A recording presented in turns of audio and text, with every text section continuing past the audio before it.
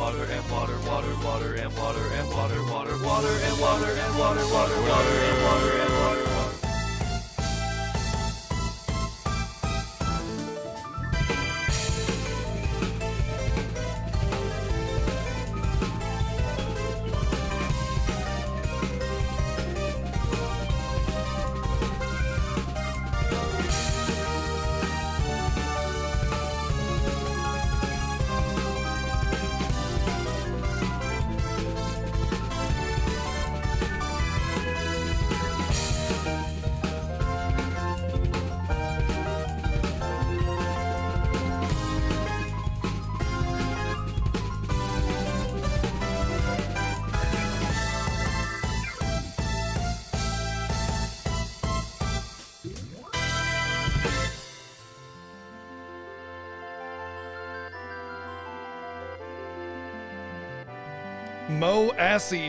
Moassy. Let's get some Moassy in here.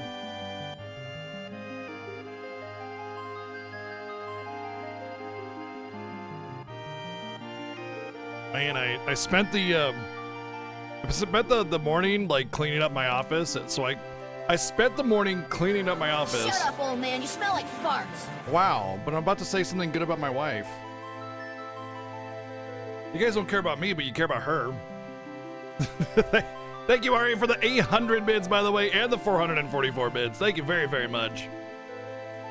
I spent the entire morning cleaning up my office because it was just boxes and stuff that I needed to organize and put away and stuff like that, so that I could wrap my wife's birthday present and then stick it in front of her and make her look at it for the next week.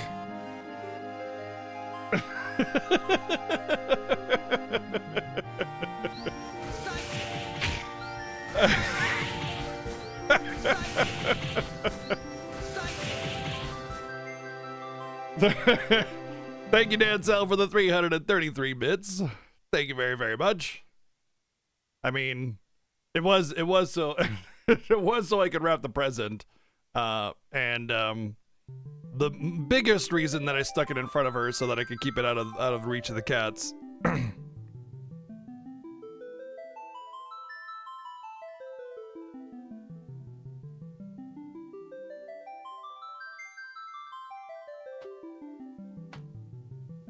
Also, I wanted my legroom again. On my ottoman, it was stacked with games that I needed to file away and put away. Things that I had played previously and forgotten to put away, they were just stacked there. Couple new things that I got. Couple gifts from you all generous people over there. Still got a couple things I got to put away and organize, but it's like actually a room again. And I kind of have plans to like reorganize my room. I have a plan to like, I don't know. I have some stuff that I want to get rid of and to move some furniture around and put some cool stuff in here that'll make me happy, you know?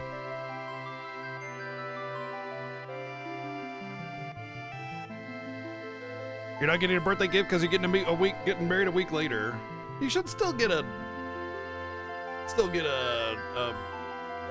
birthday gift. I understand it's costly, but there are gifts you can get that don't cost money. One of the best gifts I got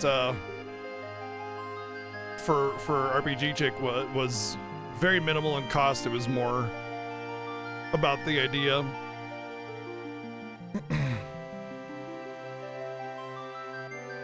Yeah, cut flowers from somebody else's yard. Happy birthday. I don't find flowers to be a good gift personally. I feel like flowers is like the I don't know what else to get gift. You know? Yeah, I haven't put it up yet. I'm getting there. I honestly keep forgetting about it. Even though I put it up against my door so that I would remember it, you know? But yeah, it's getting there. I think tomorrow I'll probably remember to bring it up because now that I've cleaned up my room, I'm in that I need to take care of things mode, you know? Flowers aren't any day gift. Yeah, I agree.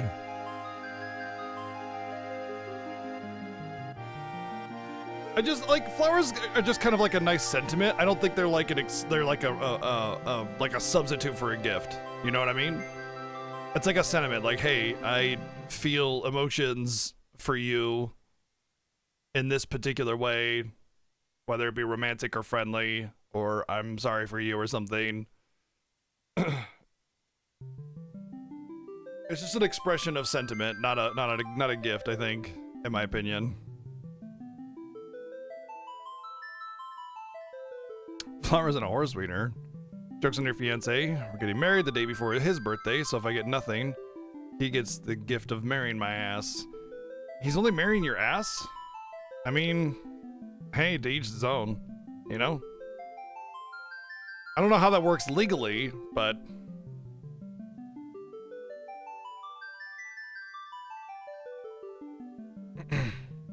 How far did we get? We took about 6.5 hours to get out of Midgard, just doing lore discussions and stuff and reading all the dialogue.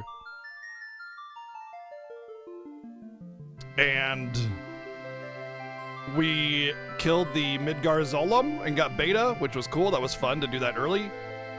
And we saved right outside the place with the minigame. Yeah, we killed it. How did I kill it? Elemental fire on armor to reduce beta damage by half. Poison to get the damage out.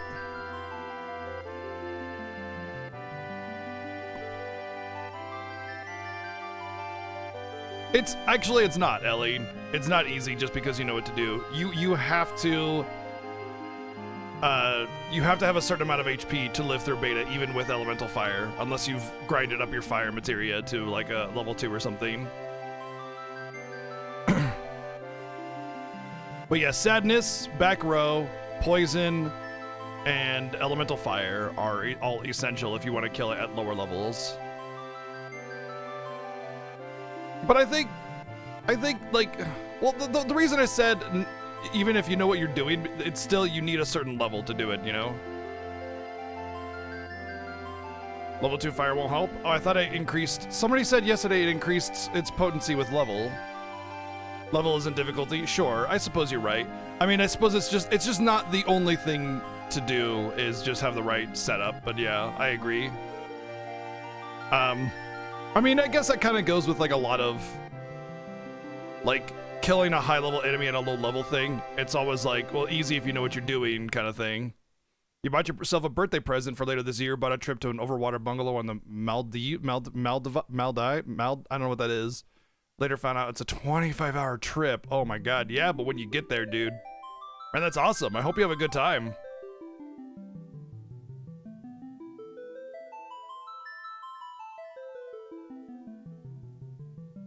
Oh, level 2 elemental. Oh, the elemental affects it? Huh. Weird, because I thought that the level of elemental was irrelevant in this game. It was only relevant in remake. Yep, yeah. Getting beta as early as I have just done trivializes literally the entire rest of the game except anything that's resistant to fire, yeah. I will probably be doing this every Fiesta now that I've actually now that we've actually done it like early game. The easiest way to do it is like just go through Midgar normal. You're not gonna have enough HP. Do the Midgar Zolom skip. Go get Yuffie, which is a little bit of grinding, which will get you a few levels, and then go back. Takes like 15 extra minutes, and you're gonna save like half an hour plus going through the game with beta, just murdering everything. Cause like grinding before that is not worth it. It's too slow, I think. And if you're gonna grind, you might as well go for something. Anyway, this is Final Fantasy VII lore playthrough, which basically means all spoilers are allowed. I still don't like backseating, no matter what. This is an opportunity to tell me how to play the game, or what I should do, or where the rare drops are, or anything like that. It's just lore and spoilers and story. So talk about anything you want. We'll go through it as we talk. This is a really interesting point of this lore percent playthrough because we have gotten out of Midgar, so anything relating to the remake is going to be more along the lines of, golly, I wonder how they handle this, as opposed to, you know, hey, this is part of remake and how they handled it. One thing we learned going through this is how accurate the dialogue was represented in remake. Like, immaculately represented in Remake. There was definitely some awkward lines and deliveries that I didn't notice in Remake that I think were good choices to sort of rewrite. And there's a lot of elaboration, obviously, and additional dialogue in a lot of areas in Remake, of course. But I mean, everything from OG is there. It's incredible how much respect is given to the OG source material with Remake, and it was more than I actually had realized. Like, you definitely get the same kind of vibe from every new, every scene that you get in the OG version of the game, but it's like the same words, same tone, everything, that is literally the opposite. Like, FF7 is more of a mash button game than Remake is. You cannot just mash buttons in Remake, dude. I don't know what game you played, but that is not a mash button combat system, man.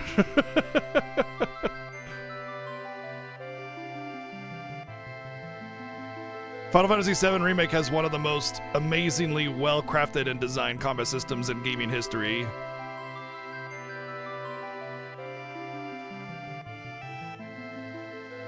It takes all of the Final Fantasies and just puts immense amount of love and care into it and creates such a fantastically wonderful combat system. It's like people that say, man, FF13's so boring, all you do is auto battle, and it's like, oh my good lord.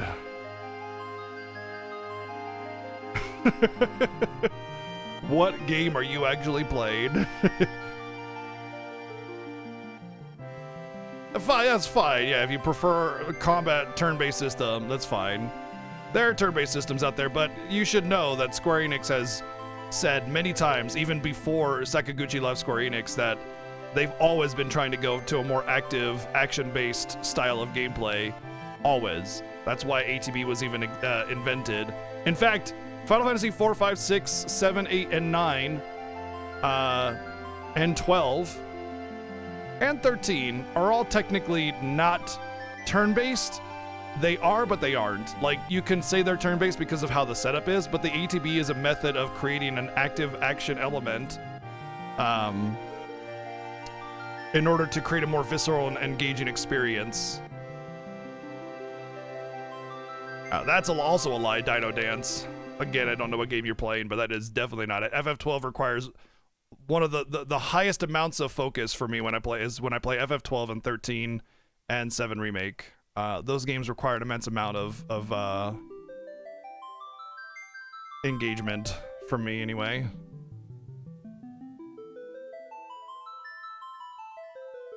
Yeah, no, I'm not saying you're missing my point, Neon Lair. They're saying I missed, I prefer old FF7, I miss turn-based, and it's like, well, that's fine to have a preference, but I'm trying to let them know that, like, technically, really, Square has always been moving away from that as much as possible, as much as they possibly can, and it's always going to be the direction that they take and the type of games that they make. I don't do YouTube. Although I do believe that my old YouTube account does have my first playthrough of Remake on it before I quit playing it. But yeah, I mean, it's like, it's turn-based, but it's not. The whole ATB system was meant to like, step away from pure turn-based and make a more active element. And you could kind of say it's turn-based and kind of say it's not at the same time. There are smaller projects that are turn-based. Yeah, you can get things like Bravely Default 2 and have that turn-based combat system if you prefer it. I like turn-based too, but it's dull, it's tired, it's been done for so long. I need something more fresh, something engaging, I grew up with turn-based and I love it, but most of the time when I play a turn-based RPG, I'm like, oh, this shit again. It's like the same game I played a million times over, and it's like, that's all well and good and all, but if I'm going to play a new game, I want something new mechanically as well, at the very least something engaging.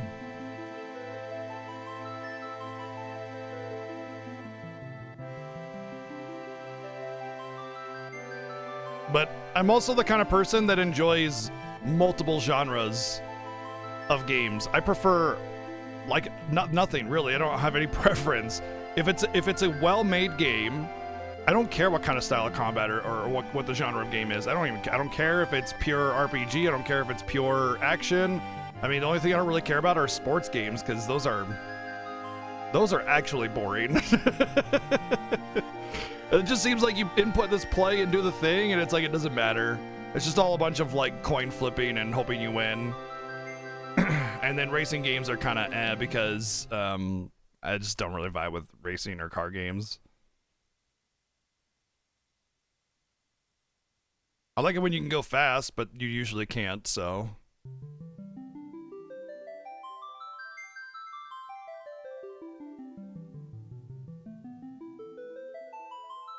But I think because I have such a broad taste in video games, it allows me to enjoy like Final Fantasy just that much more when they change things up. It's like, I know this is a good game because as someone who enjoys this genre, I can tell that it is a well-crafted game. And everybody's like, everybody that only wants turn-based is like, this sucks, I don't like it. And it's like, well, okay, fine, preference and all, but it doesn't suck, because I am an enjoyer of this genre and I can tell you it's well made, It's like hamburgers all the time. Yeah.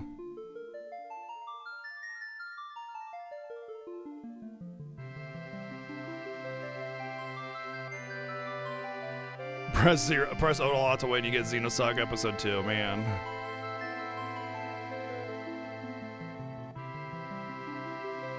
I remember playing Gran Turismo 3 a lot.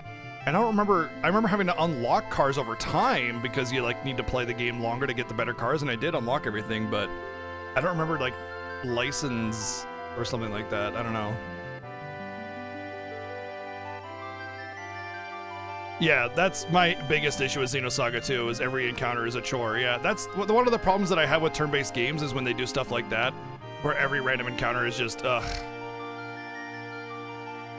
Yeah, of course, Justin. That's all I was getting at. Was like the first comment was, FF7R seemed like you were saying it was no good, and I was like, huh, well,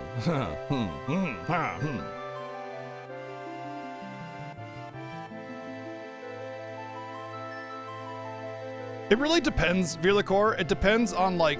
And I agree that some action games can have enemies that are just too spongy or too difficult to finish off, and that's a problem.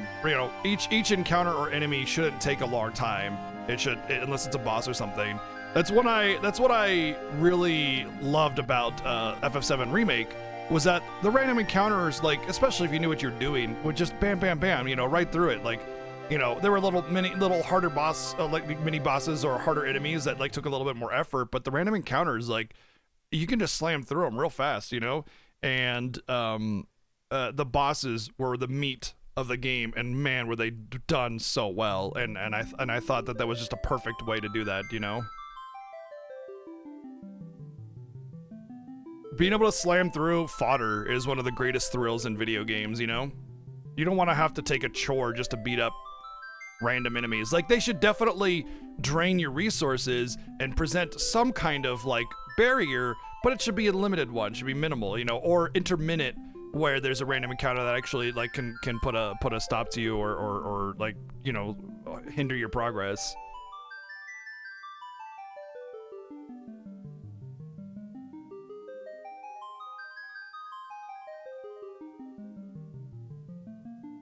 Xenosaga 2, space opera of epic loveliness and the best game ever.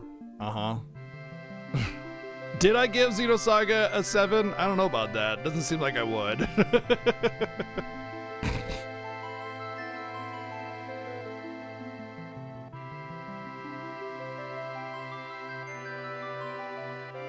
I prefer any setting, Isaac, but I do agree that the modern setting is kind of like bringing magic to life, in the real world in a way, and that's really cool. I like that aspect of it.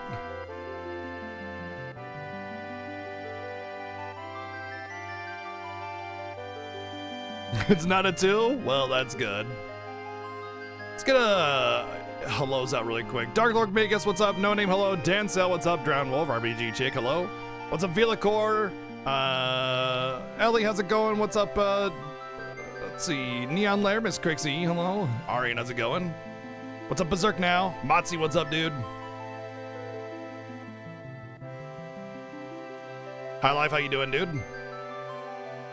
Let's see who else we got in here. Gunarm Dine, what's going on? What's up, Common Rider 2? Yeah, it's the Elemental that levels up, I see, okay. I guess it's the same then as Remake. I didn't realize that. Lone Fellow, Justin, hello, hello. What's up, Rex? Yo, Soundlika, how's it going? Dino Dance, what's up? Manson, hello. Tech Side, how's it going? What's up, Lone Fellow?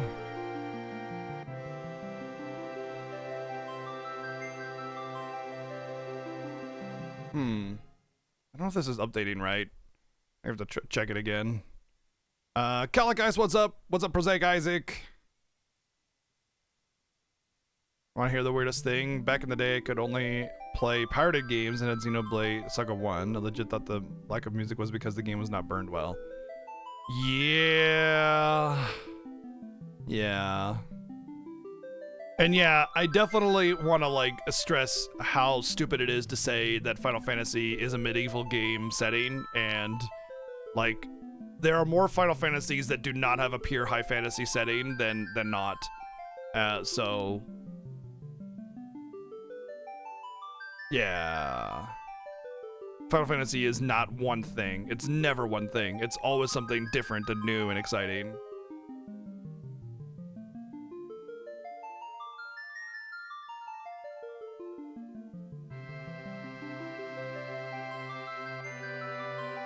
The closest high fantasy Final Fantasy is 9, probably.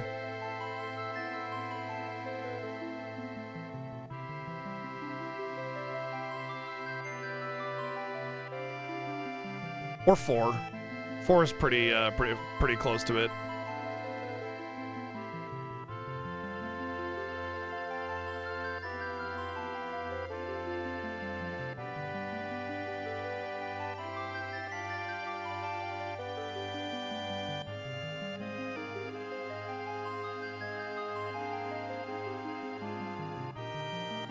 Nah, 5 has all sorts of machinery and mechanisms and stuff.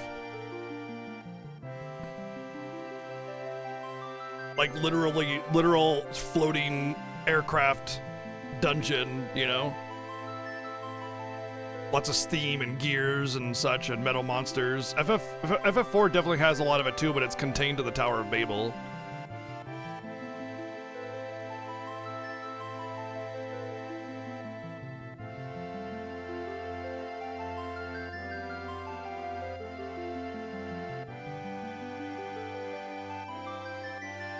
FF3 has literal cloning going on. Cloning technology, y'all. But yeah, I think FF9 is probably the closest to the medieval one because all the airships are run by some mystical mist power, and you know they're really like the only thing that's actually advanced tech is from a different planet kind of thing or a different world, really. Either way, every Final Fantasy has a mix of modern, future, and high fantasy, and most Final Fantasies are more of a modern setting than medieval setting, and to say that FF is not FF unless it's high fantasy is a complete brain dead take, and you should probably play other games. It's cool to have a preference, you know, I respect that, but like don't be a dumbass, you know.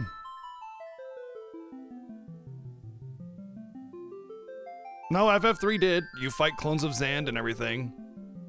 Straight up.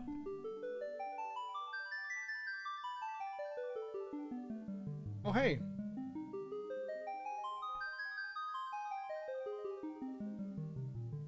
Hey, buddy. You being a bad kitty? Is he pestering Rena? Yeah. Leave Rena alone.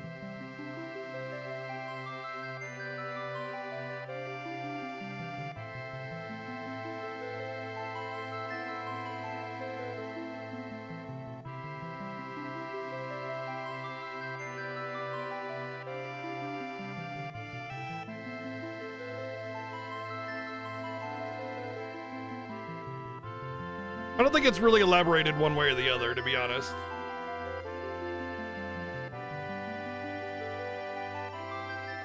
No, 16 was rumored to be Ivalice in the beginning, but it's not Ivalice.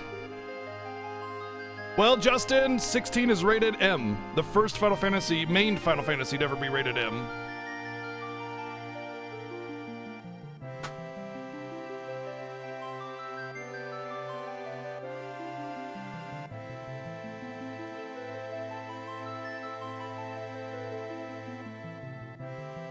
And they said specifically it's because it has a lot of dark subject matter to it.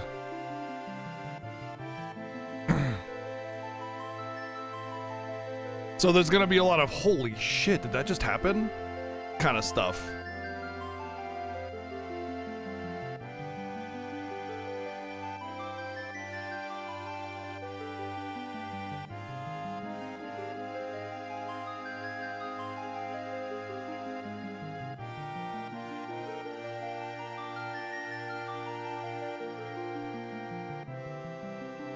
Well, FF8 we will be doing a lore playthrough of FF8 after we finish Forspoken and maybe some of the sub incentives. So we will be doing a lore playthrough of FF8 as well.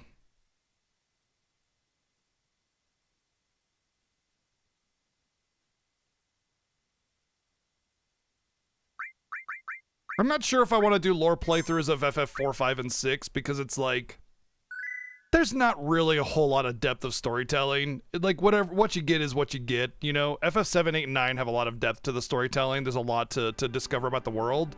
And FF10, we don't need a lore story telling playthrough because all the voice acting, you know? Like we get all of that every time we play it in the Fiesta, so.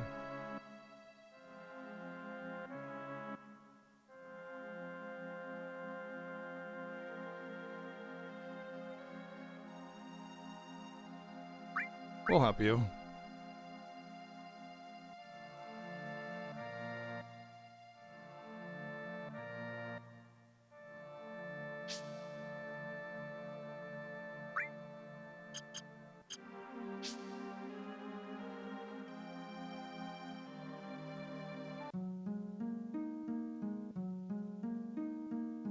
Low fantasy takes place in a real place with fantasy elements. Is it just modern or?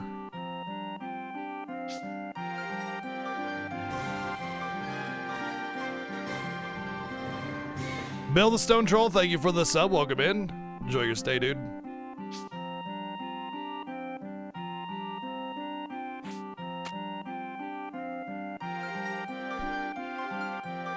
Oh right, we don't get to buy anything from them unless we help them.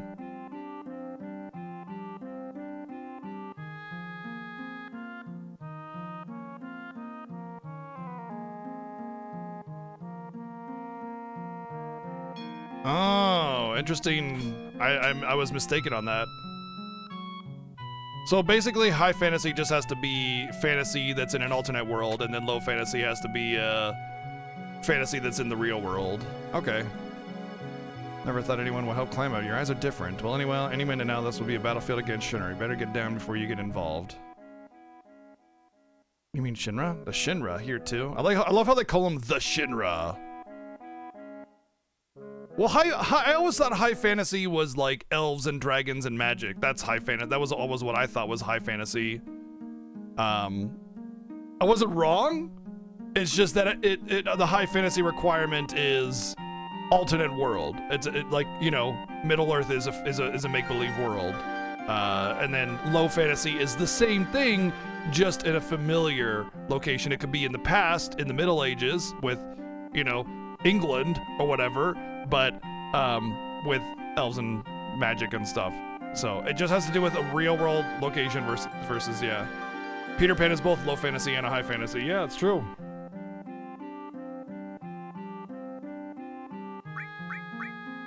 Do you know what's at the top of the mountain? The reactor and the condor. I can see you're very perceptive. Yes, it's a reactor and a condor. It seems Shinra doesn't like the idea of having a condor on top of the reactor. What's so wrong with having a condor on top of the reactor? I'm certain there must be a state-of-the-art materia inside the reactor, am I right? It seems there's some kind of special materia in the reactor above us, and because the Condors came, the Shinra rushed troops here. The military wants to get the Condor and all the villagers off this mountain. The Condors are now warming their eggs, which hatch only once every few years. We would like to protect the Condors from being harmed. New lives. Condors' eggs are a real work of nature. We've got to protect the life of the planet. Special materia, huh? Well, things are getting interesting. Unfortunately, we don't have the ability to fight Shinra ourselves. That's why we have hired soldiers to help us. As our sponsor, you can help us with a contribution or by fighting alongside us. What do you think? Will you join us in the fight? If things go right, we might even be able to pray to that special materia. All right. So I'm really interested to see how this plays out in Remake. I'm pretty sure it's going to be required. It might just be a battlefield, but like there is the minigame, the Fort Condor minigame in the Yuffie DLC, which was really, really well done. And I'm wondering if they're gonna do it like that. It's just gonna be a minigame that you get to play more of later in Remake Rebirth, or if it's actually gonna be like an actual, battlefield. Like the place has got to exist. They may have been setting this up with Fort Condor minigame to let us know this is how we're gonna handle it, or it could have just been a neat little addition that they wanted to get out,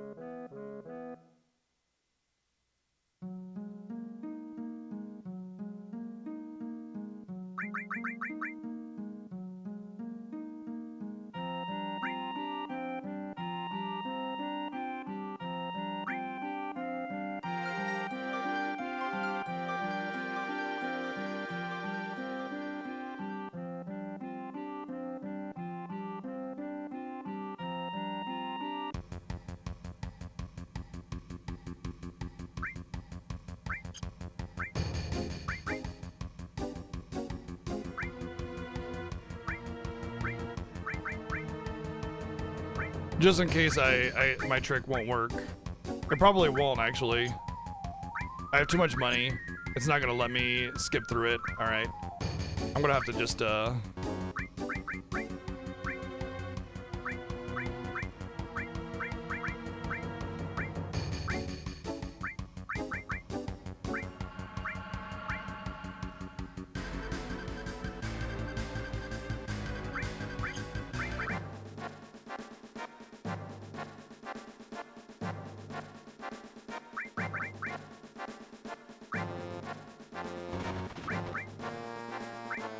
Normally what you would do is you would have a little bit of money, and you would just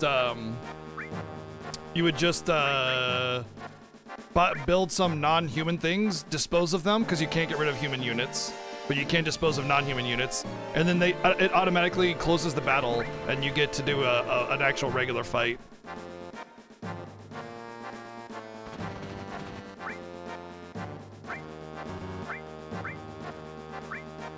So it's like a little bit of easier way to do it, because this is like slow moving.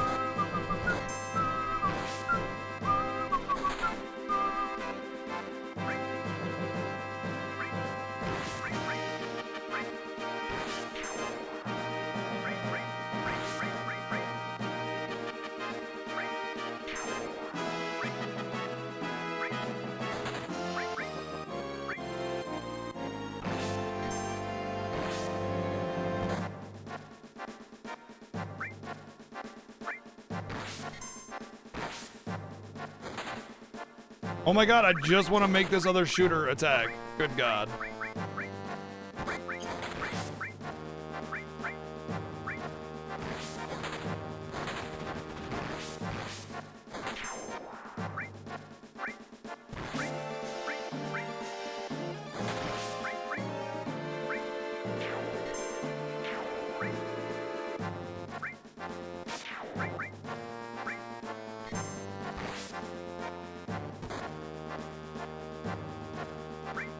You may not be very fond of minigames, and sometimes minigames can definitely be done really poorly, but they're important aspects of game design to break monotony in the gameplay.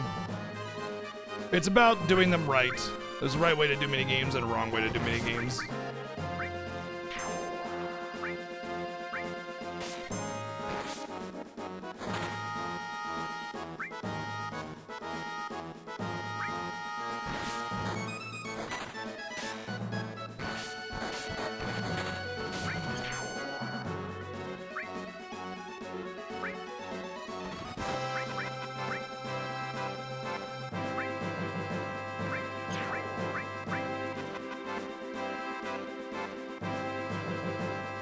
Man, that left side just had to be loaded, didn't it?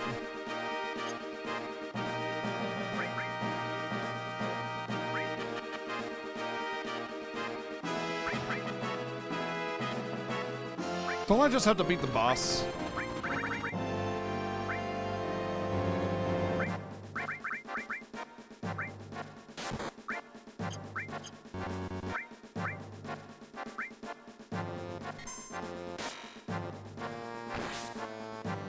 Owie.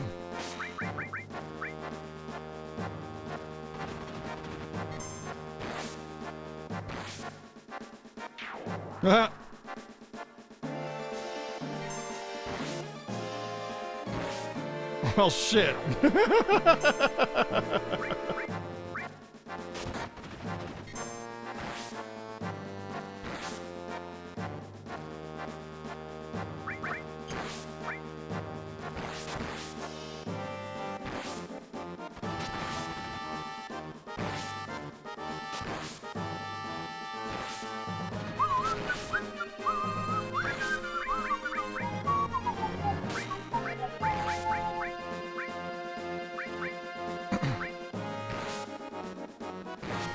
I mean, I'll have no trouble winning. I just wanted to conserve the money I spent.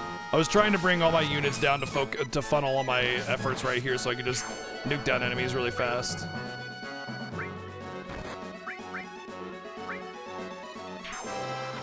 Oh. Wow, I actually did it. I thought they had no chance of winning, but we did. I mean, I thought those two had no chance of winning against the general.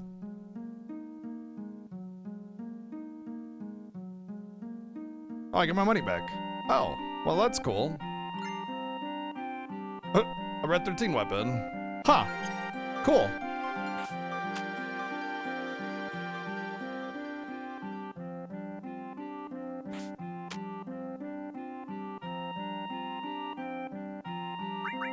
So, I got a question. Can someone give me the list of all the times that you can go and do the Fort Condor battle?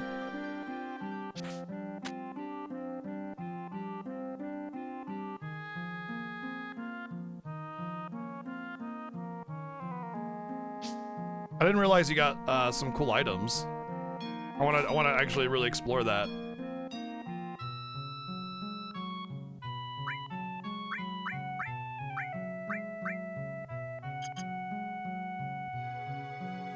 No, there are specific times where you can get a new battle, not just do the battle again.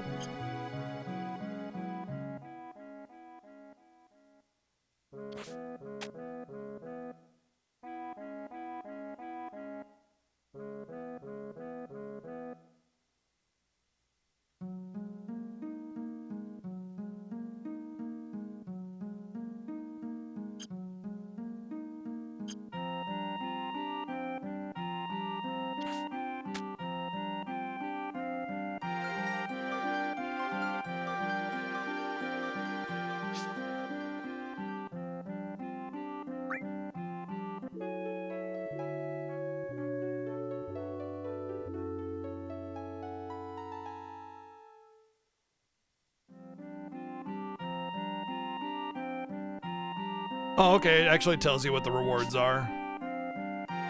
Well, there is a Mega Elixir after getting the buggy. And then after that, it's kind of... So the Magic Comb is really the only one. Well, I was going to come back and do all these, but seeing now that the rewards are pretty lame, I don't think I'll come back and do them all.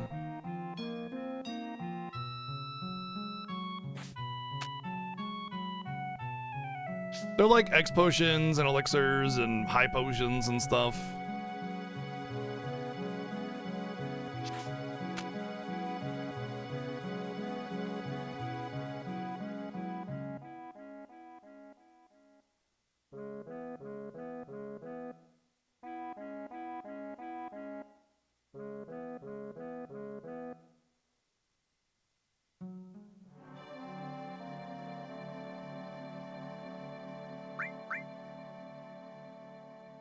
Butts, garlic, giants. Yeah.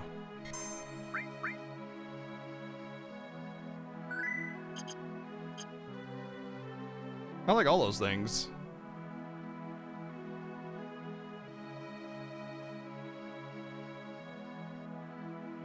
Oh, hey, Len. By the way, neat little thing you might not realize is that all the land around Fort Condor is kind of dried up. They have the reactor up there. They probably had it for a good long time. It's all pretty much just dried up, and the life of the planet around there has been killed off.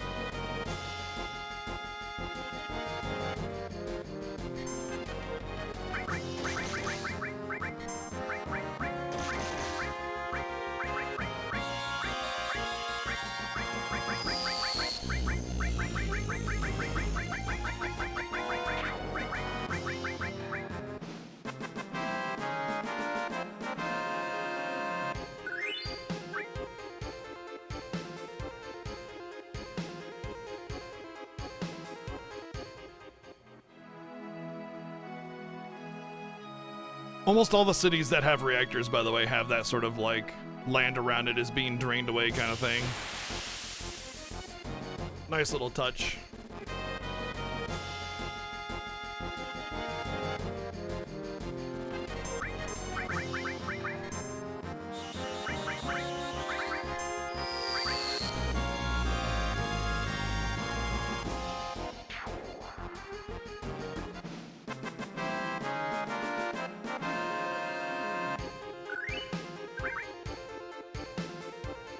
I mean, yeah, that's the narrative, right? But it's like if they didn't actually do that, you know, you'd just be like, man, it's kind of a bummer that they didn't do that. You know, the fact that they thought it through and did that on the world map, you know, it's good design. It's just good game making.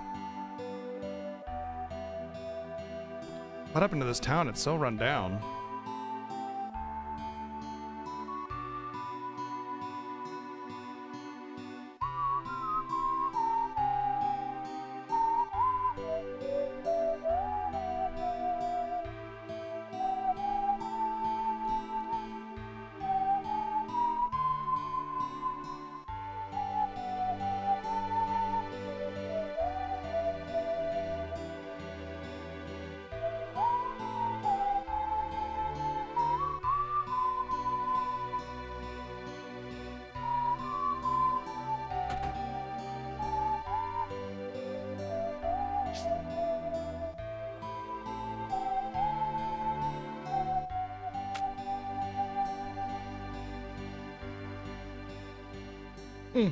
No loot.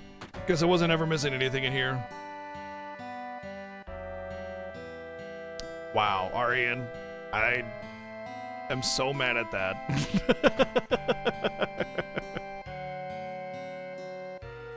So personally, I think Junon is going to be the Midgar of Rebirth. I think we're going to see a lot more content here. There's going to be a little bit of like there's gonna be some stuff going on here, I think, you know?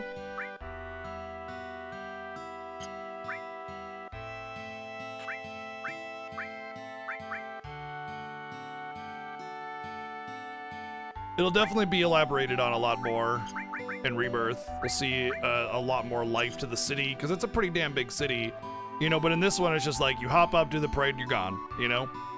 Like it's kind of a big place, and you just kind of, zip, and you're done. Almost insulting to it, you know? I can't, there we go.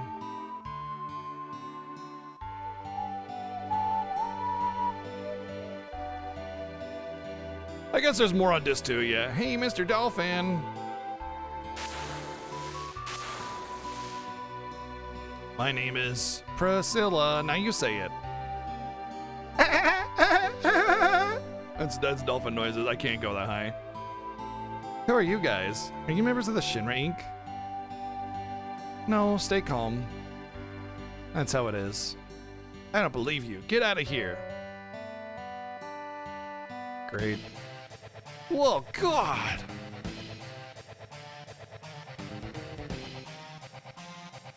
Be careful, Mr. Dolphin! We're not gonna have a loudmouth dolphin like in Breath of Fire 3? Hey, hold on, we're coming.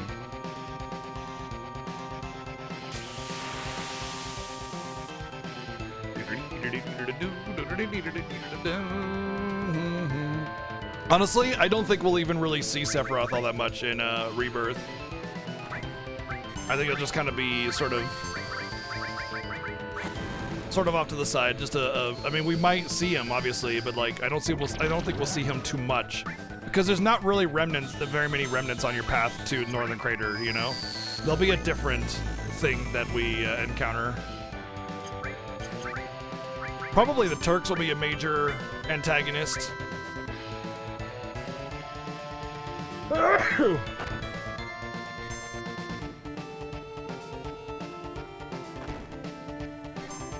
Obviously, there's the Genova forms. Like, it'll be the Turks and Genova that we see the most of, you know?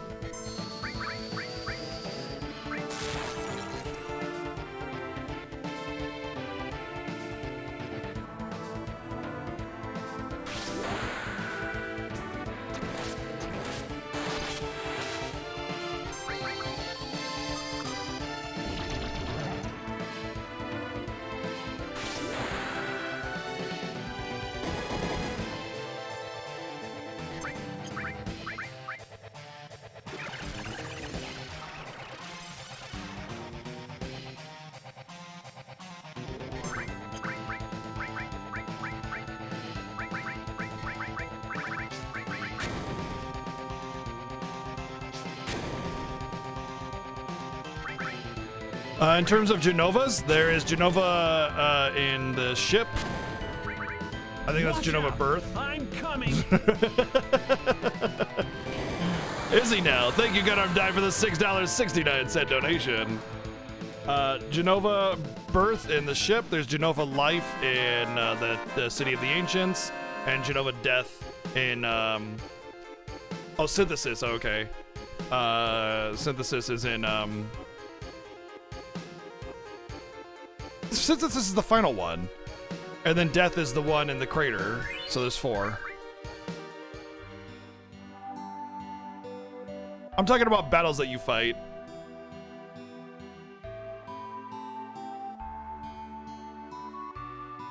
That is actually Genova Illusion or something like that, yeah. Genova Dream, something along those lines, yeah. Where do these Genovas come from? You can see little parts of Genova that are left behind by Sephiroth. Like when you defeat Genova Synthesis in the ship, you see like a little arm.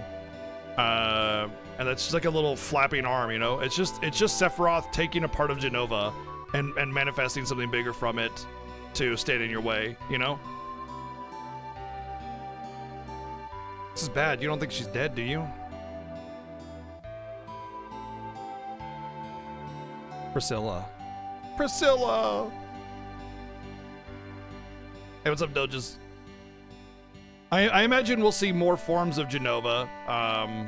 It'll be a much greater force in our way. In fact, they may even end Rebirth with all of the Genova shit instead of putting Genova in front of Sephiroth at the final end of Part 3. You know what I mean? So it's very likely that we do a lot of Genova stuff in Part 2, and that would be like the final like boss is like the actual Genova Synthesis thing, which would actually be kind of cool because Genova's supposed to be powerful, you know? Genova's supposed to be this huge force, and yeah, Sephiroth has control over it and everything, but still, it's like Genova Synthesis is kind of wimpy. It's like a really easy fight. You get a couple tentacles and you beat the shit out of her. It's really easy. So bringing Genova into a much more profound like force for the gang, I think would be a really good idea. Really good way to end Rebirth, I think, especially if like it's a culminating thing. You're doing a lot of Genova fights, you know, different forms, different themes, and then the end of Disc 1 happens, Aerith dies, that's when you fight Genova Birth, and instead you're fighting Genova Synthesis, and it's like this culmination, you know?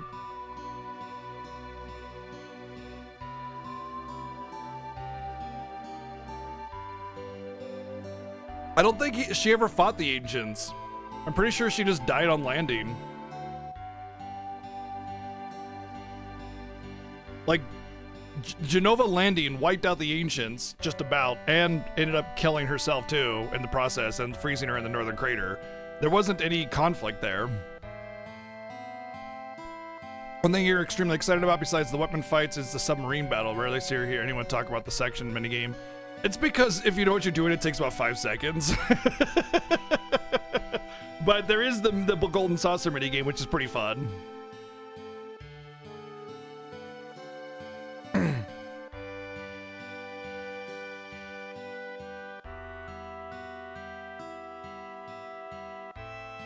Oh, interesting. So we'll have to see some more lore about how that's handled in this game. I'm sure we'll get the details, whether or not that actually is a thing. So we'll see whether or not it's the same in Remake.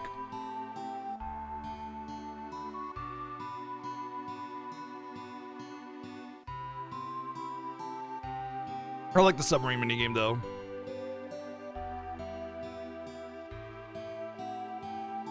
I would be fine if they didn't elaborate about the past. Like if they give like a quick little blurb, like a 30-second backstory cutscene about the Ancients, you know, battling Genova kind of thing, I'd be fine with that. That's all I need. We don't need any more elaboration than that, I think. Just a quick little, we're talking about the backstory of the Ancients and how they sealed Genova away or something. And you get like a cool little cutscene where it's just like some voiceovers with no sound, you know, kind of thing. Like they did this sort of storytelling in Advent Children, I believe, in the beginning, where the sound wasn't there. You saw the action, and there was just like a narration, and it was really cool. And I liked that. I thought it was neat. I think if they do something like that, you know, it's just like a narration with like a little cinematic, that'd be cool. Well, she's not breathing. Let's wait here for a little bit and make sure she dies. Hey, that's it. Young man, CPR now. Mouth to mouth. Cloud, what are you gonna do? But she's just a girl. Do it, Cloud. What? You don't know how? Come over here, I'll show you. Guess I gotta do it. Just take a deep breath, hold it in, and breathe it into her. Hurry up and do it. So here's my thought about how the next 2 games could go, okay? Because we need big events. We need big bosses to end the game on. We need some kind of persistent antagonist throughout the game. And in my opinion, this is my prediction for Rebirth. The big persistent antagonist is going to be both the Turks and Genova. And I think it's going to end with finishing off Genova at the end of Disc 1, somewhere around there, right? And then the Turks will not be finished. There'll still be this persistent antagonist that carries on to the next game. Sephiroth is still going to be there, but he's going to take a little bit of a back seat. We'll definitely see him in Temple of the Ancients, but after that, he kind of doesn't really do anything, right? Even in this game, he's not really there a whole lot. He just kind of throws Genova at you. Like he'll be there, but it'll be Genova that you fight, you know? So I think it'll be ending with clearing out Genova. Like, okay, we finally took care of that, but now Aerith is dead. What are we going to do? Roll credits, you know, kind of thing. Which would be insane. And then the final game will be the Turks will still be a persistent antagonist, but the weapons that have been activated now that Meteor's been summoned, once you go to the Northern Crater and everything, those will now be the persistent antagonists. You know, they'll be raising towns, or they'll be trying to approach a town and we got to take them out or something like that. And I think they'll be required. I think they'll be part of the story. It's going to be really elaborate. Like, Gold Saucer is under attack from Ruby Weapon. We got to go and take care of this, you know, kind of thing. Hey, I think Emerald Weapon is going to attack after Sapphire Weapon failed to take out Junon. Emerald Weapon is going to take out Junon. We got to help those people. kind of thing, and maybe even battling Sapphire weapon as well. And then it's going to end with, whew, we took out the weapons, but Sephiroth, Holy, Meteor, these are still things we got to take care of this. Let's go to the Northern Crater and finish them off, you know? And I think that's gonna be how part 3 goes. I think that's like thinking about it now, I can't fathom the game going a different way, because that takes care of everything in the game. You know, it's faithful to the lore. It just makes it a little bit more elaborate, and like, you know, these things are actually forces that need to be dealt with. You know, because it's like the weapons in this game are just kind of like, hey, how's it going? How you? I'm just going chill over here. You know, I'm just swimming. I like the fishy. You know what I mean? They're just there, you know, but having them be a force to be reckoned with, you know, having them like destroy a small village or something like that, and you're like, holy shit, they really want to take the planet back, you know? We got to do something about this. So every game needs a persistent antagonist, every game needs a final antagonist, and every game needs some kind of stressful situation, some kind of immediate necessity, you know? In remake it's always like protecting Aerith or getting out of Midgar or the plate falling. There's this like all these things happening, you know, that you need to battle against. And in Rebirth, like when in the part of the game that we're at right now, there's not really a whole lot going on. You're just following Sephiroth. That's really all there is. There's not really a lot of pressure on the characters. It's kind of a carefree journey of like, golly gee, everybody, let's go have a journey, you know? And then when you get to Northern Crater, all the shit happens, and then, you know, okay, now we have this thing happening, you know, kind of thing. So I think they need to elaborate a little bit more to have a persistent antagonist, to have a persistent issue dangling over, you know? So, you know, having Genova constantly hounding us every step of the way, multiple forms added to make that more of a force, and then concluding on Aerith dying, Genova synthesis, and then the weapons being in the final part as their persistent, you know, thing. Nero hunting down... Okay. There might be these characters, but I don't think Nero is hunting down Yuffie. Like, we're definitely gonna see Nero come back, maybe, and we might even see Vice a little bit, but I think they're just gonna be side characters that kind of stand in our way once, and then we beat them up, and then they're gone. You know what I mean? I don't think that they're gonna be as elaborated on as because like in Dirge of Cerberus, they're the main villains, you know. So they're poorly implemented and poorly designed in Dirge, and they're cringy and goofy.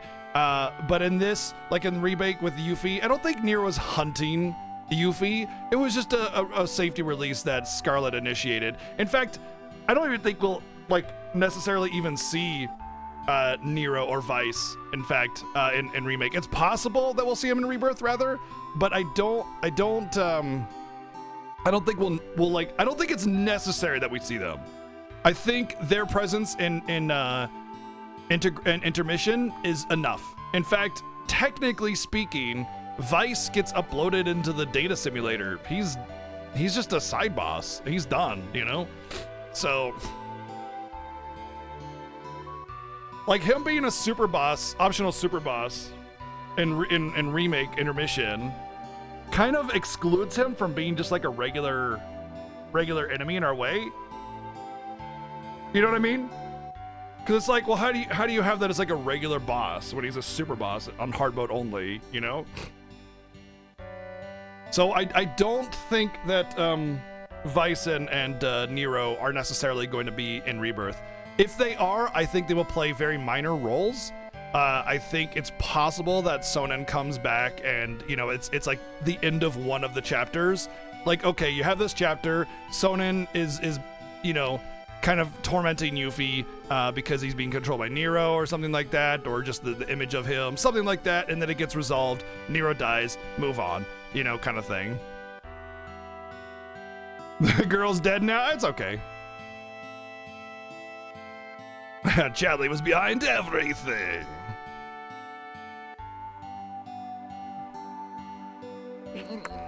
Ew.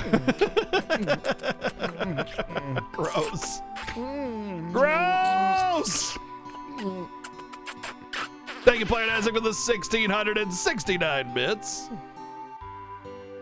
So yeah, like, I do think that some of the things in Intermission will come back. I don't think Vice will be in it, but if he is, I don't think he'll be very important. Same with Nero. But the fact, like I said before, the fact that Vice was an optional super boss on hard mode only kind of excludes him from being like a normal boss fight.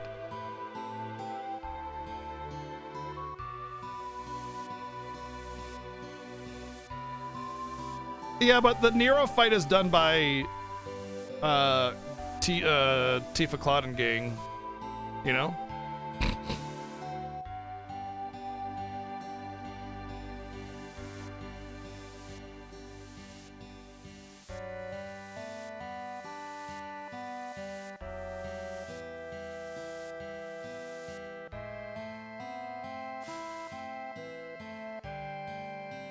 You know, that's actually more likely, Phil.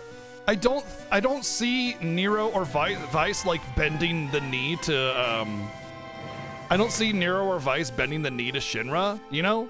So like they'll probably just chill in their little places and just like whatever. And then when you go on the Midgar Assault, you'll probably have like two parties like doing different things, you know? And then one of the party fights Nero and Vice or something like that. I could see that. That actually makes a lot more sense. Neo, thank you for the sub gift to Rip Lungs. Yeah, pretty much.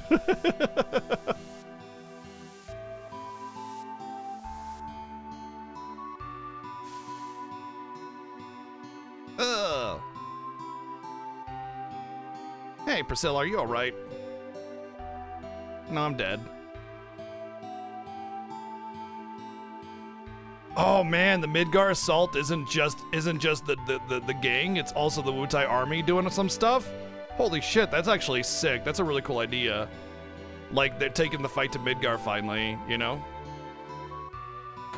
Come in for a while, Shani. Ooh, I'd like to breathe some of my life into you.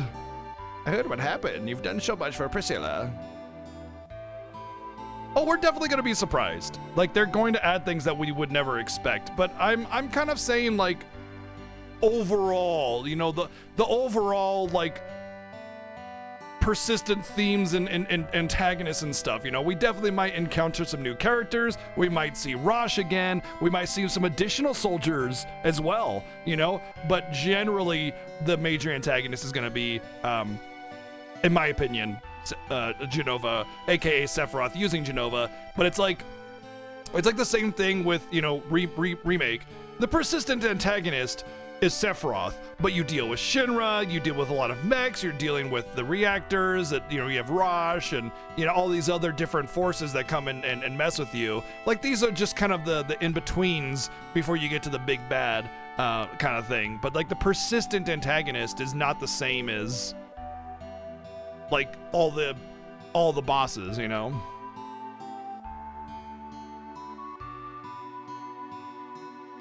Do I think Zack is gonna Gongonga? Zack already dead. Zack dead.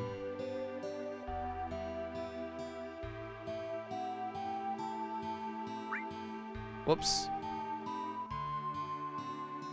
You know, as long as we get Sailor Barrett and Sailor Red, everything's fine. You want more party members? Well, we're gonna get that. You mean beyond the normal? Interesting. That reminds me. You again. Who are you? You'll find out soon, but more importantly, 5 years ago. 5 years ago, Nibelheim? When you went to Mount Nibel, then Tifa was your guide, right? Yeah, I was surprised. But where was Tifa other than that? I don't know. It was a great chance for you two to get to see each other again. You're right. Why couldn't you see each other alone? I don't know. I can't remember clearly. Why don't you try asking Tifa? Yeah. Then get up. Man, that voice. Hey, wake up, Cloud. Is that voice in his head supposed to be like the memory of Zack? Or is it Sephiroth taunting him? You know? Because we don't have voiceovers, we don't know. It could be his subconscious as well, you know? It could be his subconscious, like his actual memory saying, hey, you know? This let me out, you know? I think it's Cloud talking to himself too, because of the way the tone, the text is like gray and then white and then gray and then white. It's kind of saying like it's his internal dialogue, you know? So I think it's his memories kind of trying to break out because they're being suppressed by Genova.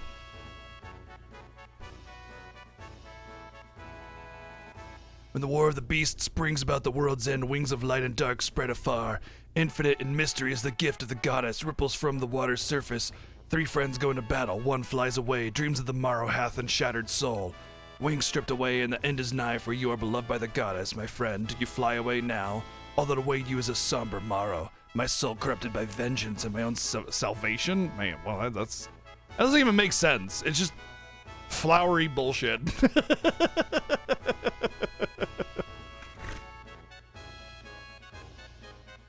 Wait, is that actually lines from Loveless? Good God. Ugh. I hated everything about that. I really hope that they just ignore Genesis ever existing in remake.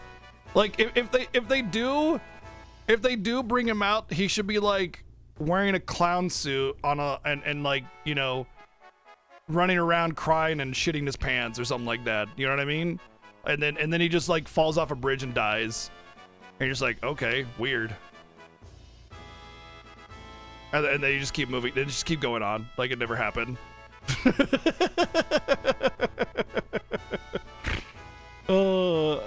Yeah, that doesn't matter though, Neo. That could mean anything. They could, because like the whole concept of S cells and G cells are like obviously based on that, but they could just change it to anything, you know? Hey, what's up, Need?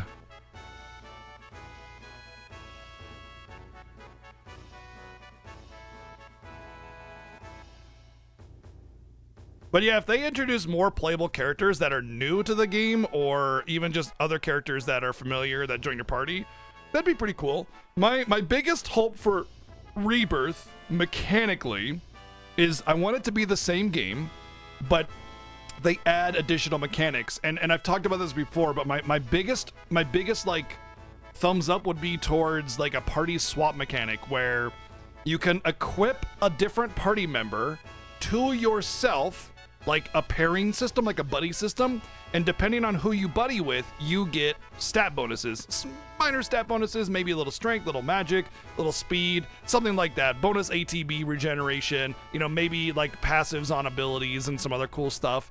And then you can use ATB to either use their abilities or to swap them in battle. I would prefer that you swap, so that way you could have 6 units built up to the way that you want them to, and then use ATB to swap people in and out to like utilize their specific kits for a certain battle. So like you could make like a Thunder God super, you know, Thunder Elemental or a Thunder Resistant or something guide, and he comes in whenever there's like, you know, a Thunder vulnerability, and like bam, you swap him in, Thunder, pow, pow, pow, you know, kind of stuff.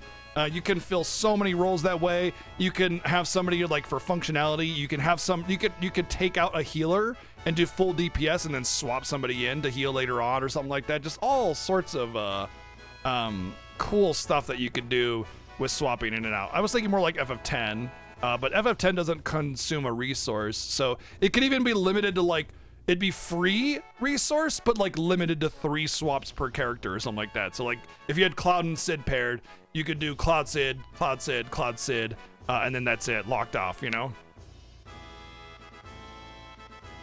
But yeah, I've been talking about this like as a mechanic for like ever since Remake. Ever since I finished Remake and the concept of the second part, I've been like begging Square to do something like that, you know, well, in my dreams anyway. That way it's still the same game, and it just adds a little bit of depth of party design, and it also allows you to use 6 party members instead of just 3, you know? Neo, thank you for the 110 bits. You can make Aerith a dedicated healer, then keep her in the back row to deal with her fragility. Yes. Yeah, but yeah, you could have like a dedicated mega healer, mega reser. Additionally, what you can do is you can have like a revive materia on everybody that you're paired with, and it's like, oh no, somebody died.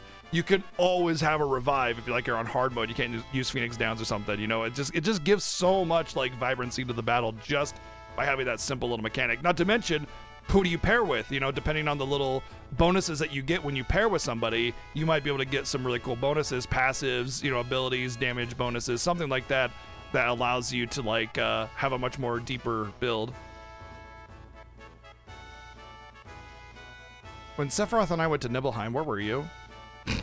We saw each other, right? The other time. No, it was 5 years ago. I don't remember, but something seems strange outside. Come, Cloud. Quick.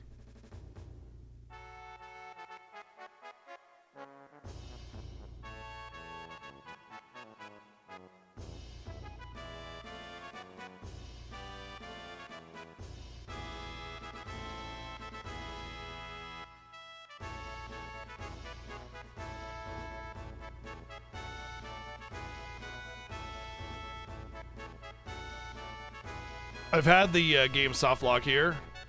When she's coming out of her room, she'll clip on the stairway when on the corner and just keep walking into it forever. It was during a speed run too. Thanks for helping.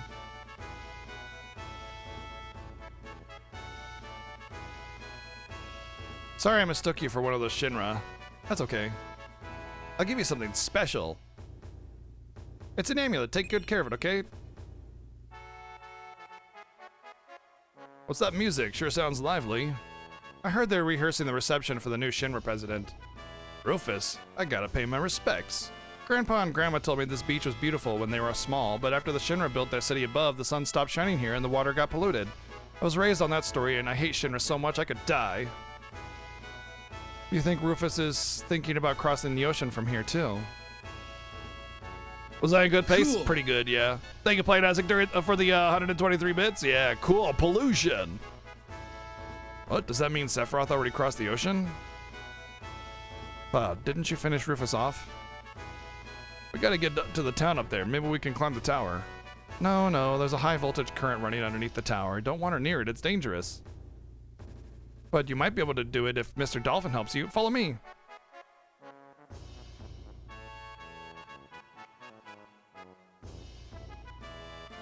This is where the game. This is why I'm so confused about Rebirth and how they're gonna handle it, because as soon as you, God, yes. I don't want to know Yes. what you're doing to Mr. Dolphin. Okay. Yes. Thank you, Playing Isaac, for the 469 bits. But after you get out of Midgar, the game gets really kind of goofy. You know, you ride a dolphin and get vaulted into a high-rise tower. You like jump into a parade and pretend you're in there, like goofing off and stuff. Like you got buried in a sailor suit. You're chilling in Costa del Sol like there's nothing going on. You know, you got Hojo sitting there just like having a sip of tea like it's no big deal. You know, with some hot girls around. It's all silly stuff. You know, it's just silly. It's all goofy, silly. Like the game doesn't really take itself seriously all the way until like Temple of the Ancients. You know. And with such a heavy tone with Remake, you gotta wonder. No. I'm not saying that FF7 Remake doesn't embody some of that silliness. Every Final Fantasy does. Every Final Fantasy has a level of levity, but FF7 after Midgar is especially silly. You know what I mean? There's like no seriousness whatsoever for a long period of time. Wait, what the hell? Did you just get sub-gifted and then call him a bitch for sub-gifting you? What the hell? Tech Geek, thank you for the sub-gift, but like, what? I mean, do you know him or is this just... I see, okay. You know him, all right. I just want to make sure. I was like, what the fuck is this going on here? Yeah. That's why I didn't just jump on it and like start going for your throat. I just wanted to clear that up. Thank you very much, Tech Geek, for the sub gift. I mean, plenty of people do that to me, yeah. You know, so hey. You know, like I guess it could. I mean, there's intermittent seriousness, like wanna dine and stuff like that. But like, just the like the overall tone of the game takes a hard shift from Midgar, and with FF7 Remake being just a lot more serious in tone, it's gonna be interesting to see how they tackle that extreme lightheartedness that goes on for like the first 3/4 of what is likely to be Rebirth. Shinra Lyrics, thank you for the $10 donation. Rufus is such an amazing guy, and he will make Wutai go bye-bye. He will be president forever. His name will be written in the sky. Wow. Yo, what's up, Wells? I don't know how they're gonna do Hojo on the beach. Yeah, I know, right? Because like they made Hojo really fucked up, man. Like, you're not gonna see Hojo baking on the beach and just like, you're just gonna be like, haha, look at Hojo. Hey, dude, what's up, man? I see you got all the honeys around you. Cool, keep it up. Anyway, bye. You're gonna want to fucking kill him, you know? Yeah, that's kind of part of the prediction, Weegriff. I think second part will end when Aerith dies, but I don't know. It's hard to say.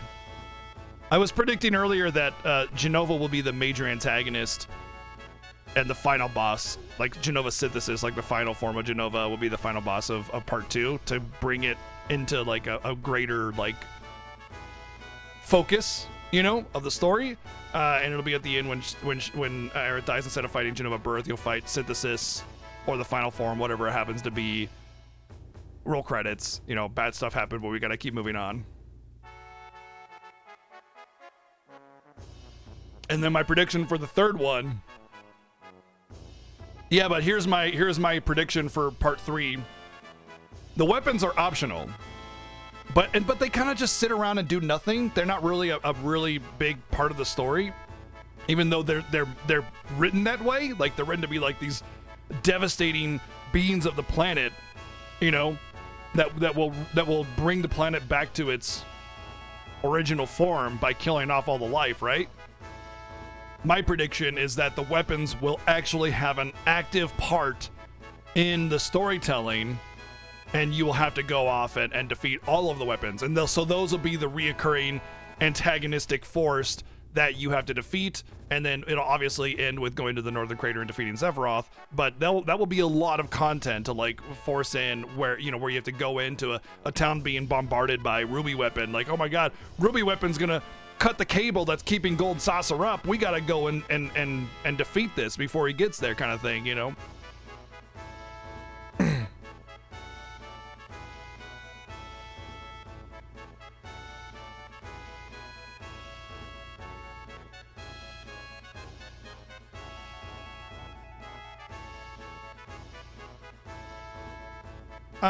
No, I think Aerith will still die. I don't think she'll die in the same place, but I think she'll die shortly after.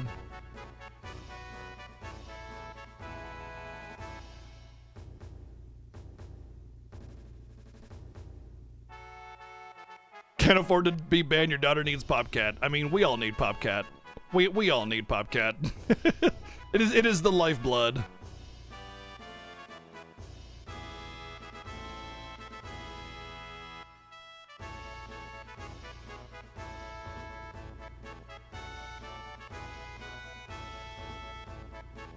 High voltage tower. Guess this means Cloud will be alright. Why would Cloud be alright? Yeah, better leave it to Cloud. We're counting on you, Cloud. Hey, wait a second.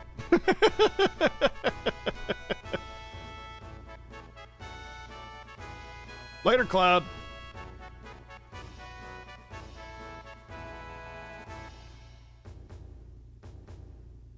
They confirmed 3 games, yeah. So, originally, when they first announced Remake, they said that it was going to be 3 games. And then that was like 7 years ago or whatever. and they later, like about a half a year after that, they said, well, actually, we don't really know if we're going to be 2 or 3 or 4 or whatever. And then after Remake came out and after Integrate came out, they said, well, we aren't quite sure. We're leaning towards 3, but we also might do a lot of small content like Yuffie DLC so you can get constant chapters and just sort of like have an episodic nature to it. And then later on after that was just like an interview. They were just like, well, we've thrown around different ideas on how we want to do this. We've even thrown around the idea of making it episodic. But after they like actually announced the release date of Rebirth, they said there are going to be 3 games, Remake, Rebirth, and a third unnamed title so far. So we already know that there are going to be 3 games. Like it's locked in. It's already decided. Wait a minute. Resolution's actually probably one of the better guesses. You think they will stay true to the story of Aerith's death? They have to. They literally have to if they want that. So one thing that's very important about what they've said, Neo, first off, Neo, thank you for the 110 bits. Why me? Why will I be all right? Well, you're a trained soldier. I think it's more like his name is Cloud, so he's used to having lightning. Thank you, Neo, for the 110 bits. Settled for 3? I mean, I don't know if it's about settled, but yeah. Oh shit, what was I talking about? Fuck, this is why. Damn it, what was it? What was I saying? I was saying something, and then I said, wait a second, let me thank Neo for the 110. Do you think they will stay true to the story? Oh, right. So they said they've gone on record many times saying that the story, while it is a remake and its own telling of the story, and not connected to any of the previous Final Fantasy VII games, they said specifically that all of the major plot points will still be in remake, and they said this afterwards. They said, but we hope you will keep an open mind. So what we can garner from this is that big story events that are integral to the storytelling of FF7 have to. I'm not being tricked by this. Have to happen. So Zack has to die before he passes on the Buster Sword to Cloud. Aerith has to die so she goes back in the live stream. Meteor will be summoned. You will defeat Sephiroth, and live stream will be the thing that defeats Meteor. These are all major plot points. Aerith has to die for that to occur that way.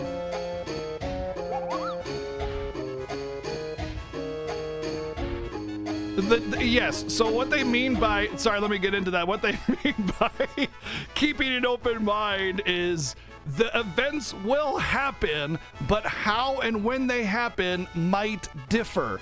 Kind of like the Zack thing. We are seeing, damn it!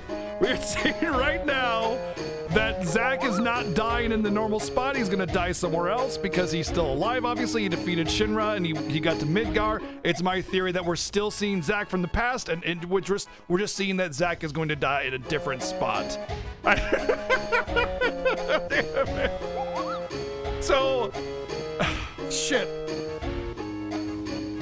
When and how these other major plot elements occur are going to differ, but they're going to, at the end of the day, be the same, like plot point. Maybe just at a different time Aerith dies or something like that. You know what I mean? So yes, Aerith will die. She has to, by their own admission.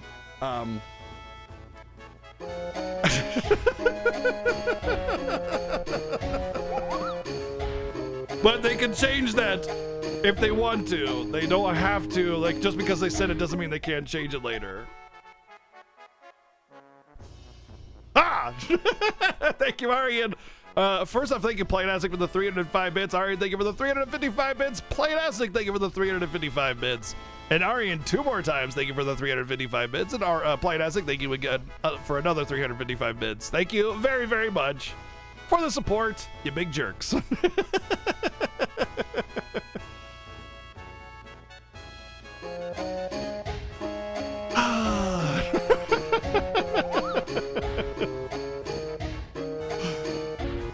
Oh, man.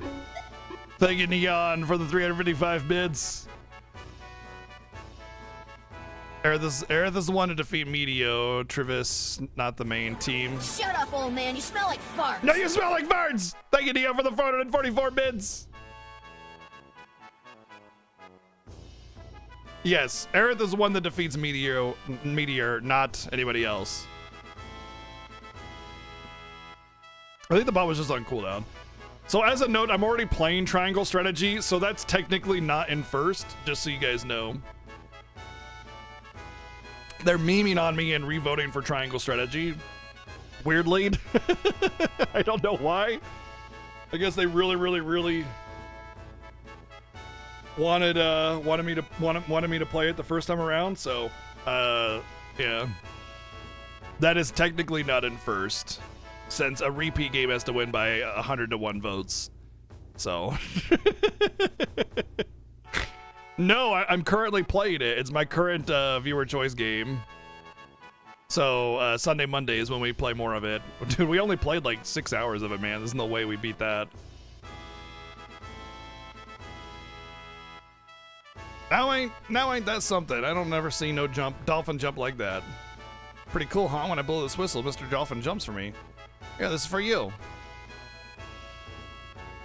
A gift. What am I supposed to do with it? Just go into the water, blow the whistle, and Mr. Dolphin will jump up to the top of the pole. Jump to the top of the pole. See that rod sticking out of the top? If you jump just right, you can climb to the top of the tower. Good luck, Cloud. If you make it, we'll follow you. Oh, I'll hold the PHS for you. It'll break if it gets wet.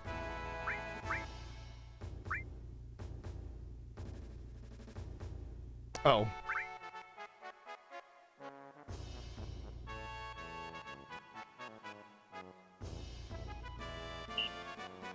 Me.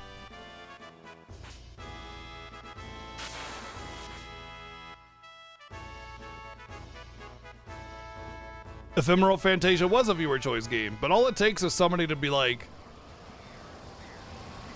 here's $10 on another game.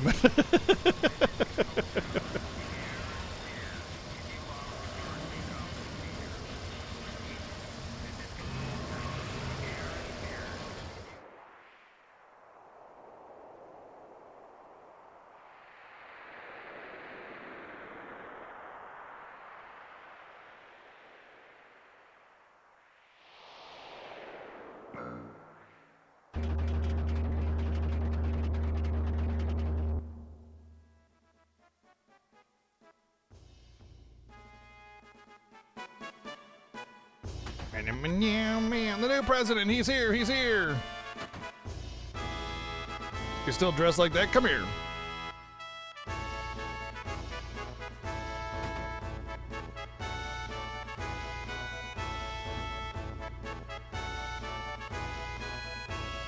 Today's the big day when we welcome President Rufus. Hurry up and change.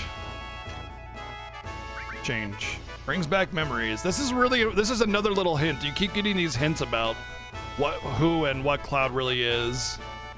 This is actually kind of a big one.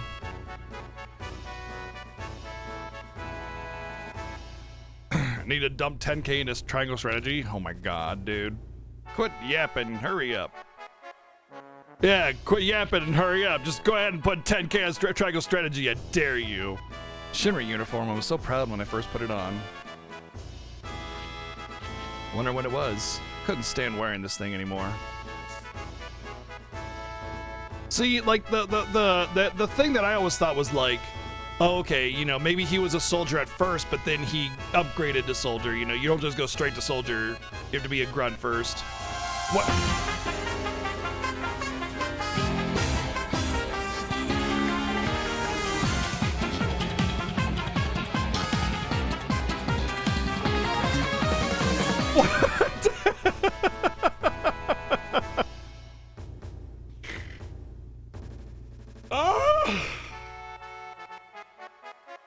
I mean, it's 10,000 just bits instead of dollars, but either way, I'm not going to complain about that extremely generous cheer. Thank you, Arian, for the 10,000 bits. Thank you very, very much. I still do not understand the triangle strategy thing, but either way, hey, you know, the viewer choice is there for you guys all. It's for you. So I mean, you do what you want. Thank you very, very much, Ari, for the 10,000 bits. Wow, you look good in it. You remember the greeting procedure, right? Yeah, middle finger, right? The look on your face says you forgot. All right, I'll show you again. It has to win by 100-1 votes. Like it has the ratio of 100-1 votes, and then I'll play it again. Yes. It was a joke at first, but when I make jokes like that, I will stick to them, you know? Like, if I say it isn't a joke and I'm like, just kidding, I won't, fine. But if I say it's a joke and I'm like, yeah, man, I'll do it, whatever. Like, I'm joking, but I'd do it. So, yes, I would. At the end of the day, it's your choice. It's viewer choice, you know?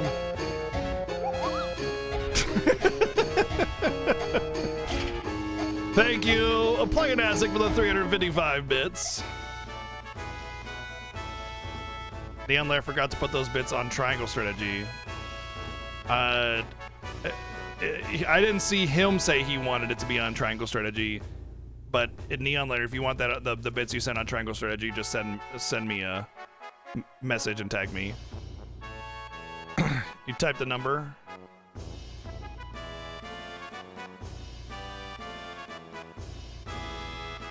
Let's meme. All right, I'll write it down to add it later. I don't want to add it during stream because people could cheer during my editing and then it gets fucked.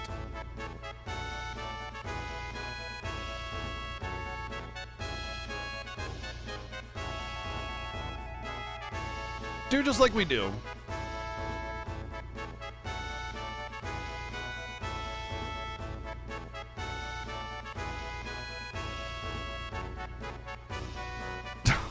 Just sit there every 5 seconds and just cheer a little bit with a number, so I have no choice but to accept it. Although I will say that I usually close the software after stream, so it wouldn't really go through. Commander, we'll help too. This is how to do it. We'll sing too. All right, show them. This is the welcoming march, and I'll sing along with you. Quietly. Ah! Hey, come on now.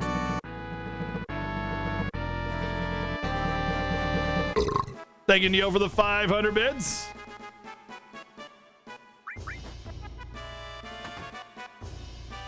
More Triangle Strategy. Rufus has arrived. Preparations completed. All right, showtime. Don't disgrace yourself.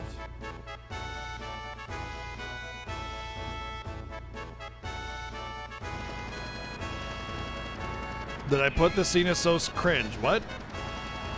What? Yeah, Sunday and Monday nights are now Triangle Strategy nights. Begin the welcome parade. Do random amounts, I'll have to add them up. You know, I did have to, for years I did viewer choice by hand. You would just say the name of the game that you wanted, and it's because of Rageson that it's been automated, so you can thank him for alleviating my suffering. Thank you, Playing Asic, for the 303 bits. Yeah, praise be to Rufus. Honestly, having President Rufus is like the equivalent of having a Final Fantasy hero be named Dennis.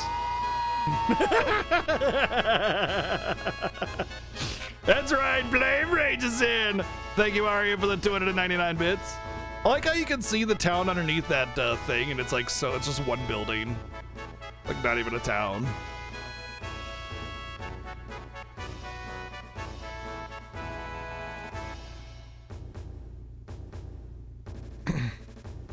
Late? Captain, we'll take a shortcut. Right, good idea. Get over here.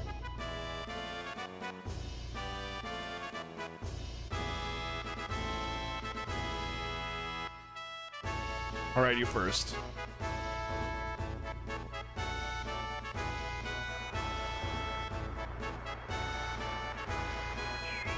Just sneak in the back line when you see an opening.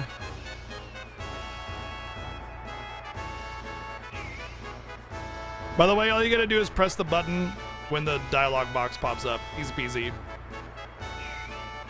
I forgot what button I have to press though. Is it square or X?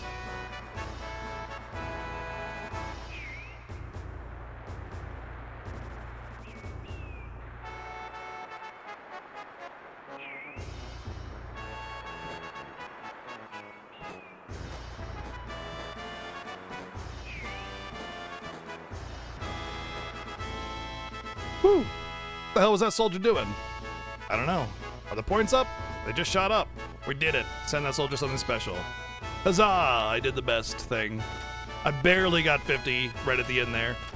Actually, technically, I would say in the 40s is better because you get like 6 ethers, which is more money if you're selling them. Not to mention, ethers are a little bit more rare, but I don't really want ethers. I want some materias here, so I want the money. Good, we made it. 5,000 gil is also huge at this point in the game, so... Oh, President Rufus, I will S your D. I mean, line up and shut up! Don't make a move. Hey. Hey. That's me. How's the job? Oh, I want to read this.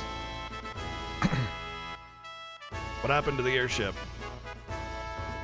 The long-range airship is still being prepared. Tech Geek, thank you for the 2 months of Prime. Thank you very much for the continued support, dude.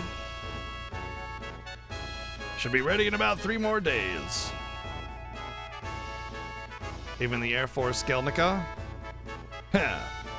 The Gelnica is at the bottom of the sea. Stop that stupid horse laugh. Things are different than when Father was in charge.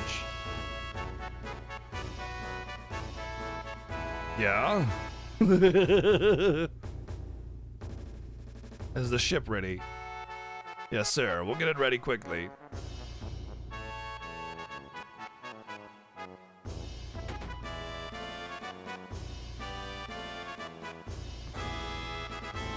Why couldn't they just have the door down where the platform is instead of having to climb a ladder?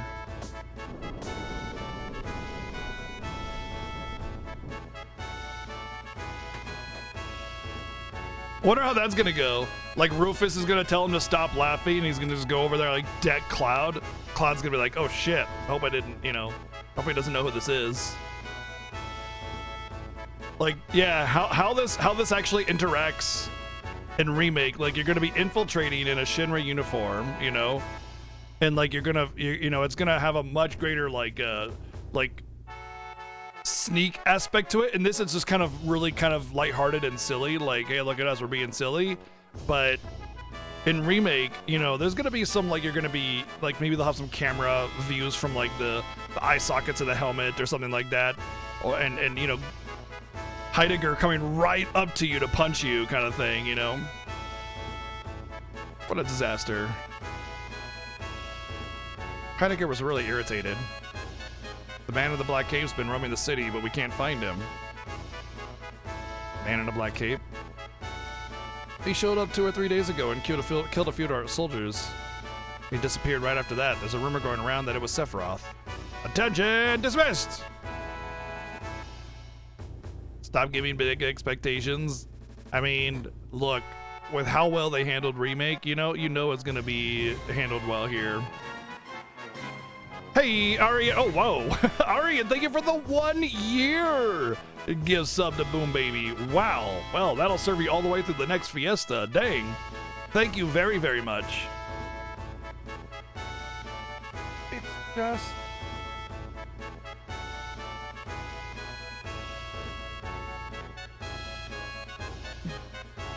a lot, yeah, it's gonna be a lot more, like, story-centric. You're gonna hear a lot more stuff. You're gonna actually hear more about Sephiroth. It's gonna create questions that'll be answered by your party, you know? Like, you'll really actually create a sense of, like, being important to the story. Yeah. It's gonna be really interesting to see how they do this. Thank you, Neo, for the 110 bits. So there are 2 things here. One, the same, that the game says that you should go around the back, which actually makes it a lot harder to get to the position. I know, right? Because the way the city is made is it's just like city blocks up on tiers, you know? Like there's no road in the back, you know what I mean? Which makes no sense. Seems to recall that changing the inputs for the standard screws up the minigame. Oh yeah. I don't even know where it puts it. Yeah, the when you change the control scheme and PC version and stuff, it's all fucky.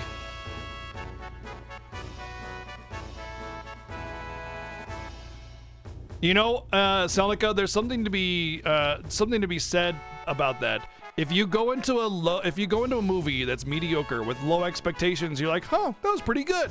But if you go into a movie with high expectations and it turns out pretty good, you're like, whoa, that was crap. You know, because you're expecting to be blown away and you just kind of get mid stuff and you're like, wow, that's shit. But, you know, since your expectations were set so much lower. And you know, it's kind of funny because I legitimately have mixed expectations for Rebirth because I know that the major players for Rebirth are kind of not on the project as much as they were for Remake, because they're being deployed for other projects as well, you know? So like their involvement in Rebirth is a lot less, and I'm worried that they're not going to take the same amount of time and care for Rebirth as they did for Remake, because it's already an established franchise now, you know? So we'll see how they handle it, but I do have mixed expectations for Rebirth. Hey you messing with the army? Who cares? You're too lazy. No break for you. Get over here.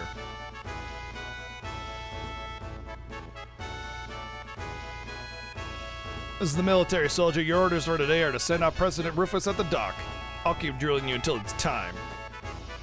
I'll help, sir. Me too, sir. All right, line up in order and show me your final pose. Today's command is formation. Remember it. Ready? Junon military send-off begin!